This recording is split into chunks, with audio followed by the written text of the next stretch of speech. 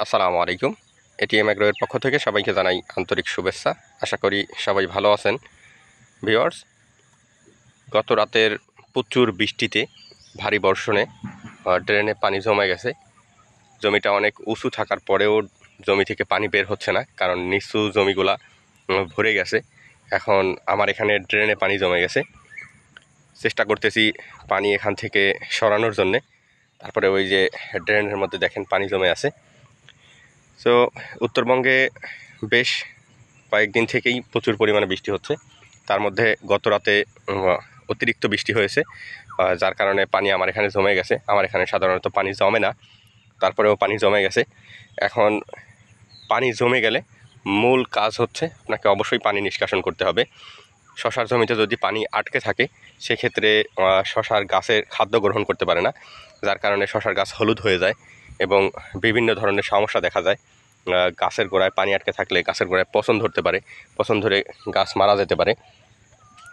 তো এই ক্ষেত্রে গাছ যদি পচন ধরে যায়, সেক্ষেত্রে কিন্তু ঠেকানো খুবই মুশকিল, ঠেকানো যায় না।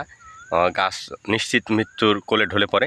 এখন আপনাদের যেটা দেখাচ্ছিলাম, যে আজকে আমার গাছের বয়স হচ্ছে 32 দিন। 32 দিনে দেখেন এই যে মাশাআল্লাহ ফল সেট হয়ে গেছে। প্রতিটা গাছেই এরকম ফল সেট হয়ে আসে।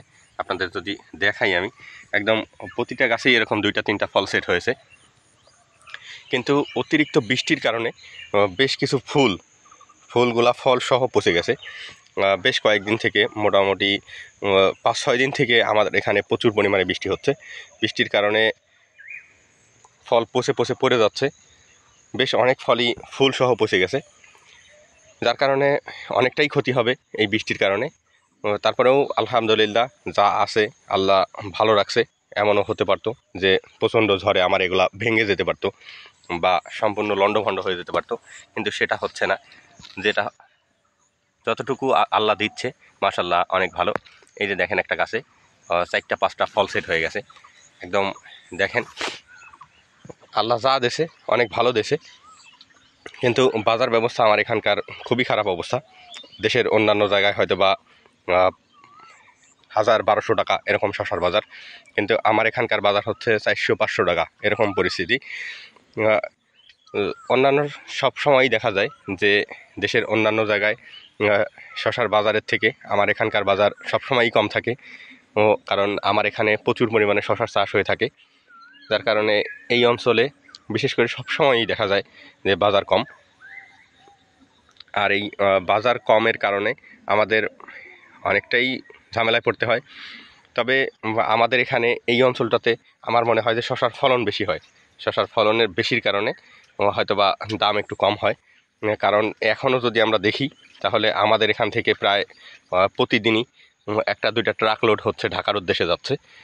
হয়তোবা দেশের অন্যান্য জায়গায় শশা এরকম নাই বলা চলে, কিন্তু আমার এখান থেকে ট্রাক লোড হচ্ছে। তো তারপরেও মাশাআল্লাহ হয়তোবা বাজার সামনে বৃদ্ধি পাবে আশা করা যায়, কারণ সামনে যেহেতু কুরবানি। আর এই বৃষ্টির বৃষ্টির সমস্যার কারণে দেখা যাবে যে অনেকেরই গাছ মারা যাবে, বা নিচু জমিতে যারা শশা চাষ করেছে তাদের গাছ আর টিকাতে পারবে না। সেই সুবাদে দেখা যাবে বাজার বৃদ্ধি পাবে। আপনাদের যাদের উঁচু জমি আছে, যারা শশা চাষ করেছেন, শশার জমিতে ভালোভাবে যত্ন নিন। ইনশাআল্লাহ ভালো একটা বাজার পাওয়া যাবে আশা করা যাচ্ছে। আজকে মাত্র 32 দিন বয়স। শীতের সময়ে দেখা গেছে যে 32 দিনে গাছ অর্ধেক মাছাতে উঠতে পারে নাই, অথচ দেখেন যে 32 দিনে প্রায় ফুল মাছা গাছ উঠে গেছে। এই সময়টাতে গাছের গ্রোথ অতিরিক্ত গাছের গ্রোথ থাকে এবং ফলও ভালো সেট হয় এই সময়টাতে। এছাড়া গাছের শাখা প্রশাখা প্রচুর পরিমাণে হয়ে থাকে, বিশেষ করে এই সময়টাতে। কারণ এই সময়টাই হচ্ছে শশা চাষের মূল সময়। কিন্তু এবছর কেন জানি আগাম বৃষ্টি শুরু হয়ে গেছে। এরকমটা গত কয়েক বছর থেকেই দেখা যাচ্ছিল না যে বৃষ্টি আষাঢ় শ্রাবণ ভাদ্র মাসে গিয়ে বৃষ্টি শুরু হয়েছে, কিন্তু এবছর কেন জানি জ্যৈষ্ঠ মাসেই বৃষ্টি শুরু হয়ে গেল। তারপরেও আলহামদুলিল্লাহ, যতটুকু আল্লাহ দেয় ততটুকুতেই শুকরিয়া আদায় করা উচিত। আসসালামু আলাইকুম ওয়া রাহমাতুল্লাহ।